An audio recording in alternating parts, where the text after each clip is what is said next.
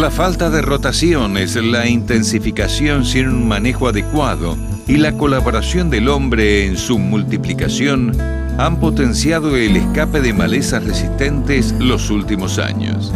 El referente del INTA San Luis, Jorge Garay, describe cuáles son las principales especies que están complicando los campos puntanos. Las principales especies de malezas resistentes al glifosato acá en la zona son Amaranthus palmeri, que es el yuyo colorado gigante, que es originario de Estados Unidos, y estamos teniendo algún problema también con rama negra. Lo que vemos es que a medida que pasan los años la dificultad de las malezas es mayor. Obviamente empiezan a aparecer biotipos resistentes a glifosato y a otras moléculas también. Entonces vemos una mayor necesidad de investigación y de desarrollo de moléculas efectivas para darle una solución al productor actual. Las cifras de algunos malezólogos estamos hablando de cercano al 1.000.000 de hectáreas afectadas por amarantáceas, incluyendo a las 3 especies. La dinámica fue explosiva, o sea, pasó de una cantidad de 10 malezas en un lote vecino, obviamente de cosecharlo, a pasar a este panorama de hoy que la verdad que no es muy alentador, ¿no? Así se ve a nivel país cómo va aumentando la población de malezas. Hoy tenemos Amaranthus palmeri, tenemos Amaranthus híbrido, tenemos Amaranthus quitensis, en diferentes zonas con diferente intensidad, pero siempre con dificultad de control. Es una especie que, a diferencia de los otros yuyos colorados comunes, es una planta que es dioica, es decir, que tiene la flor femenina en un pie, en una planta, y la flor masculina en otro. Las flores son bastante distintas.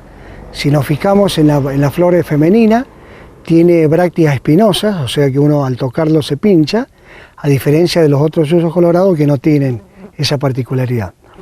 Después tiene una característica típica, que es el pecíolo, que es más largo que la lámina, en palmeri. En quitensis es igual o más corto el pecíolo que la lámina. Y otra particularidad también que uno la ve a simple vista es que palmeri son plantas que no tienen pelos ni en tallo ni en hojas, y quitensis y otros yuyos colorados sí tienen pelos.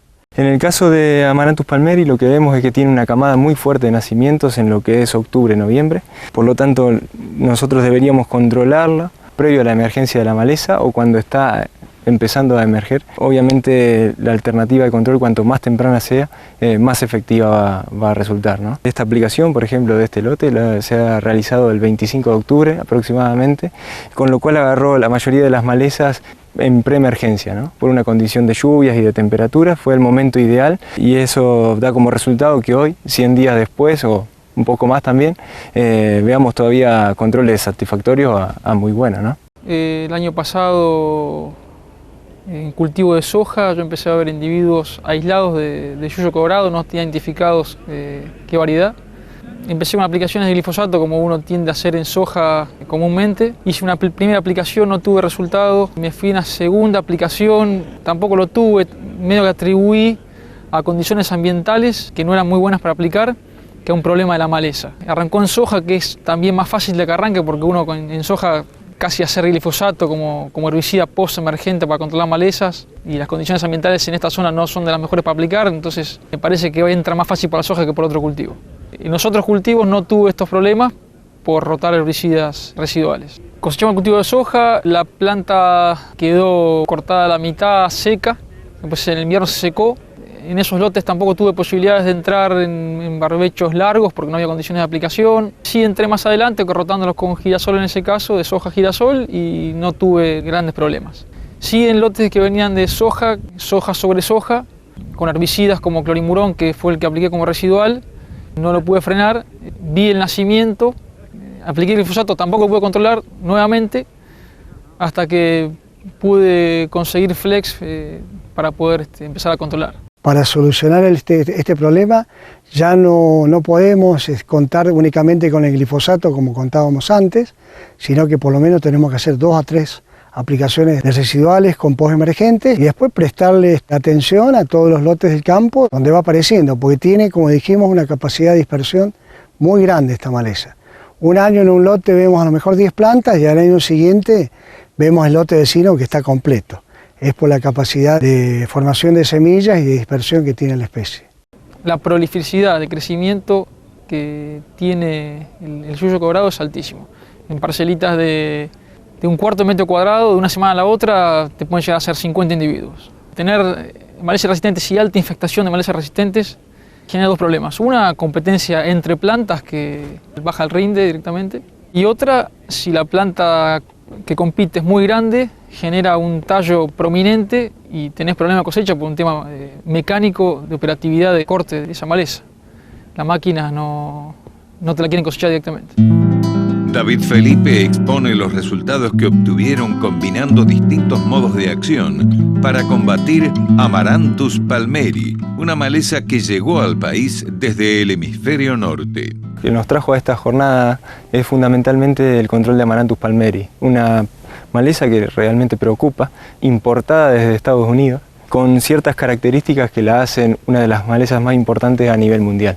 Para eso hemos trabajado en conjunto, junto con otra empresa, FMC, y hemos desarrollado un producto que tiene dos características fundamentales, que es el de dos moléculas diferentes con diferentes modos de acción y que se complementan muy bien para el control de esta maleza. En el caso de Bayer se llama Sencorex Duo. Es una herramienta que está compuesta por sulfentrazone, molécula perteneciente a FMC, y metribuzin, molécula perteneciente a Bayer. Es una triazina con un PPO. Fundamentalmente lo que nos da es un efecto leve de quemado y además lo que es la persistencia, que es la mayor ventaja del producto, ¿no? En cuanto a las dosis, va a haber un rango de dosis, va a ir desde 800 gramos, porque es un WG, hasta 1400 gramos.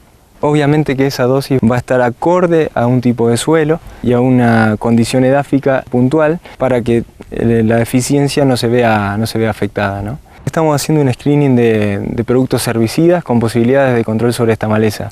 Lo que vemos también es que todas las alternativas pre son atenuantes de la situación y deben ser combinadas con otras estrategias de manejo.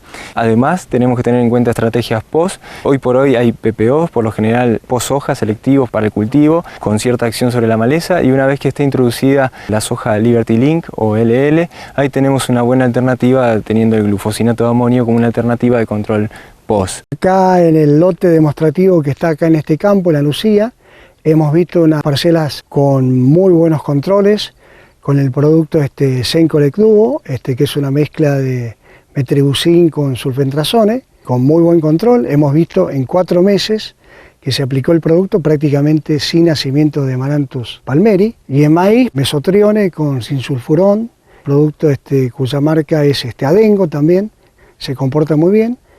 Fundamentalmente mezclas con atracina. Ahí tenemos un buen espectro de control y una residualidad importante también en el cultivo de maíz. Mi estrategia, que ya la venía pensando, armar un programa de herbicidas directamente para ciertos lotes, en la cual entre con barbecho temprano, con herbicidas residuales, me vaya un preemergente con herbicidas residuales y un post-emergente temprano. Ahí habría que monitorear bien el nacimiento del palmieri, cómo viene, con algún herbicida selectivo.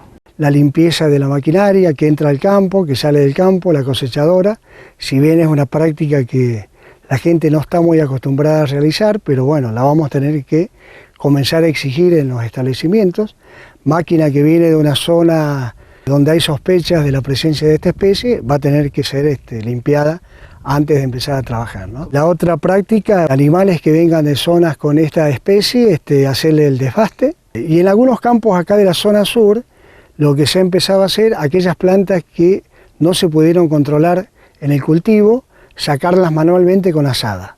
Después el otro problema que tenemos, que estamos viendo, que hay una gran cantidad de palmeri también en las banquinas y en los caminos. De poco vale que nosotros limpiemos el campo y tengamos el foco de infección a pocos kilómetros. O sea que eso también es un tema que va a haber que prestarle por los organismos correspondientes la atención debida, ¿no? Fundamental es el monitoreo. Hoy se está trabajando en muchos modelos que determinan por la cantidad de grados días cuándo la maleza puede empezar a emerger y cuándo se va a producir ese pico poblacional, ¿no? Obviamente que eso sin monitoreo no va. Tenemos que tener en cuenta que es una maleza que puede crecer hasta 2,5 centímetros por día, con lo cual da cierta necesidad de monitoreo intensivo para tener un control satisfactorio, ¿no? La tasa de propagación o dispersión es muy importante.